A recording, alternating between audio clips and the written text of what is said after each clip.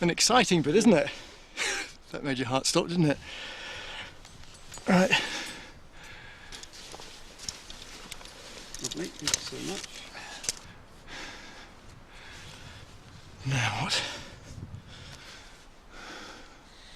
So if you just come up to me, Nick, and we're going to clip you into the world's most exposed armchair here. As he did before, gently paying out the slack so it's never tight to me, so then I can move. I've got a nice little exposed traverse along here. One last rope length to the top, and the answer to my Robertson conundrum. How's that doing? Well, it looked very dodgy to me, I must say. Yes. Off belay, taken! Taking in.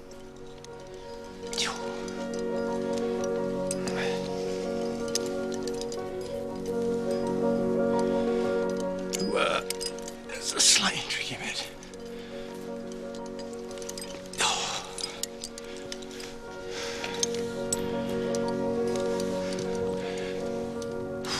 Nearly there. The final steps. Hands in pockets on the last bit, please, Nick. Oh, that was fantastic. Martin, thank you so much. Been a pleasure. That is great. An ambition fulfilled. It's a long time coming.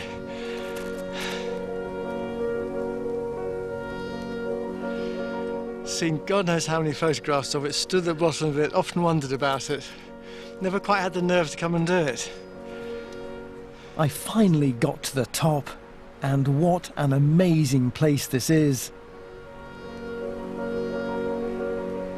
But now for the moment of truth. Would it have been possible for Reverend Robertson not to realise which was the highest summit on this mountain? We're on the top of the Inn Pin, and Sgurr Jereg is down there. This is obviously the highest part of the mountain. To say you've climbed this mountain, you have to be up here, but that's not what Robertson chose to do. He bagged Sgurr Jereg down there, a much easier task.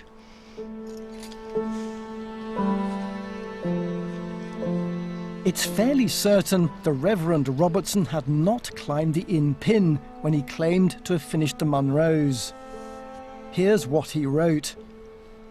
I only wish I could tell the club of some faraway unknown peak bristling with difficulties on all sides, but the fact is, there are none. So lean right out, Nick. That's it. Well, if this isn't a peak bristling with difficulties on all sides, I just don't know what is. It's hard to be sure what tale this mute blade of rock tells us. Perhaps Robertson came here planning to do the Inn Pin, but the weather was just too treacherous. What I cannot believe is that Robertson was entirely innocent in all this. He must have known that he'd missed the main mountain summit here. But he was able to tick off Sgurr Jereg, the mountain that was printed on Munro's list.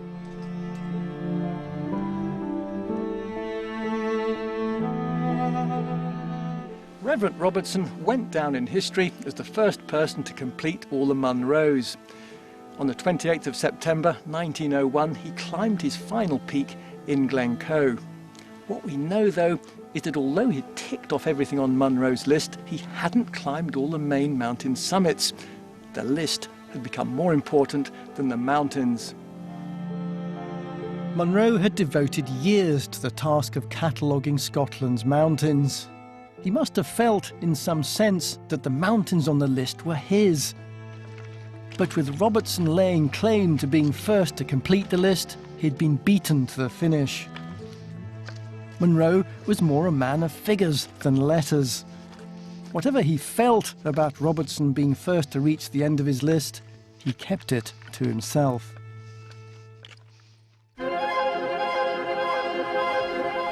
One. Then there were 2. Then 10, 100, 1,000. As the numbers finishing the Munros grew, the question of who was first faded. but the triumph of completing them hasn't. Today, the hills are still just as high, and there are still just as many. 283 Munros, 6 years, 1,000 miles, and 500,000 feet of ascent, and at last, the final slopes of Douglas's final Munro are done. Congratulations, Douglas. Well done, thank you. Congratulations, you did it. Good, well done, thank you. Wonderful. Well done. Wonderful. Well done. So that's it. Hang up the boots. You want a pair of boots? What size do you take? No, not hang out your boots, Douglas. You can't do that.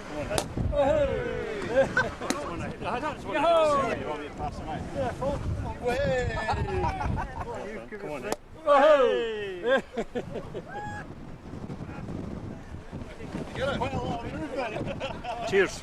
Cheers. Come on, get the rest of that champagne out. Douglas, that through mountaineering you have been given friendships, joys and lasting memories. Far more precious than accumulations of gold is no theory invented in days of idle incredulity, but the knowledge gained from the battle over adversity. Well done. Thank you. I feel very, very honoured to have been up here to see you do it. It's good, thank you very much. Have you got any messages for other people who are struggling through the Munros? No, just keep on struggling. The cruel irony is that, unlike Douglas, Munro himself never did finish climbing his Munros. He continued to toil over the 538 main summits and satellite peaks on his list. But by the outbreak of the First World War, rheumatism had taken over his body. As the prospect of completing his final summits became increasingly remote, Munro joked stoically to his friends that they would have to haul me up on a rope, otherwise the ascents would not be made. His joke turned out to be prescient. Munro died with only 3 peaks left to climb. But he left us a unique gift. It still seems unbelievable to me that barely more than a century ago, only a handful of people knew about these mountains. And it's largely because of Munro, so many now do.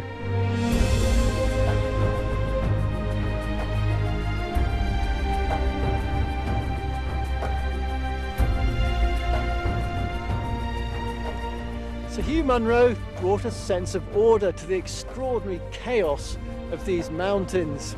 He loved them. I'm not a Munro bagger myself, although I have just totted up that I've climbed about 75, but I do understand the passion that draws people to try and complete the list.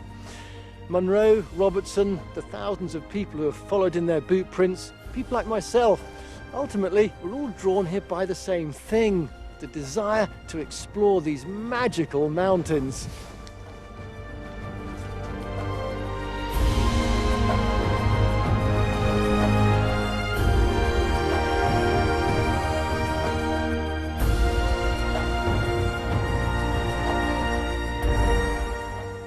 On the way, a fascinating project, chimpanzees and a video camera. You're about to view Chimp Cam on tonight's Natural World, next on BBC Two.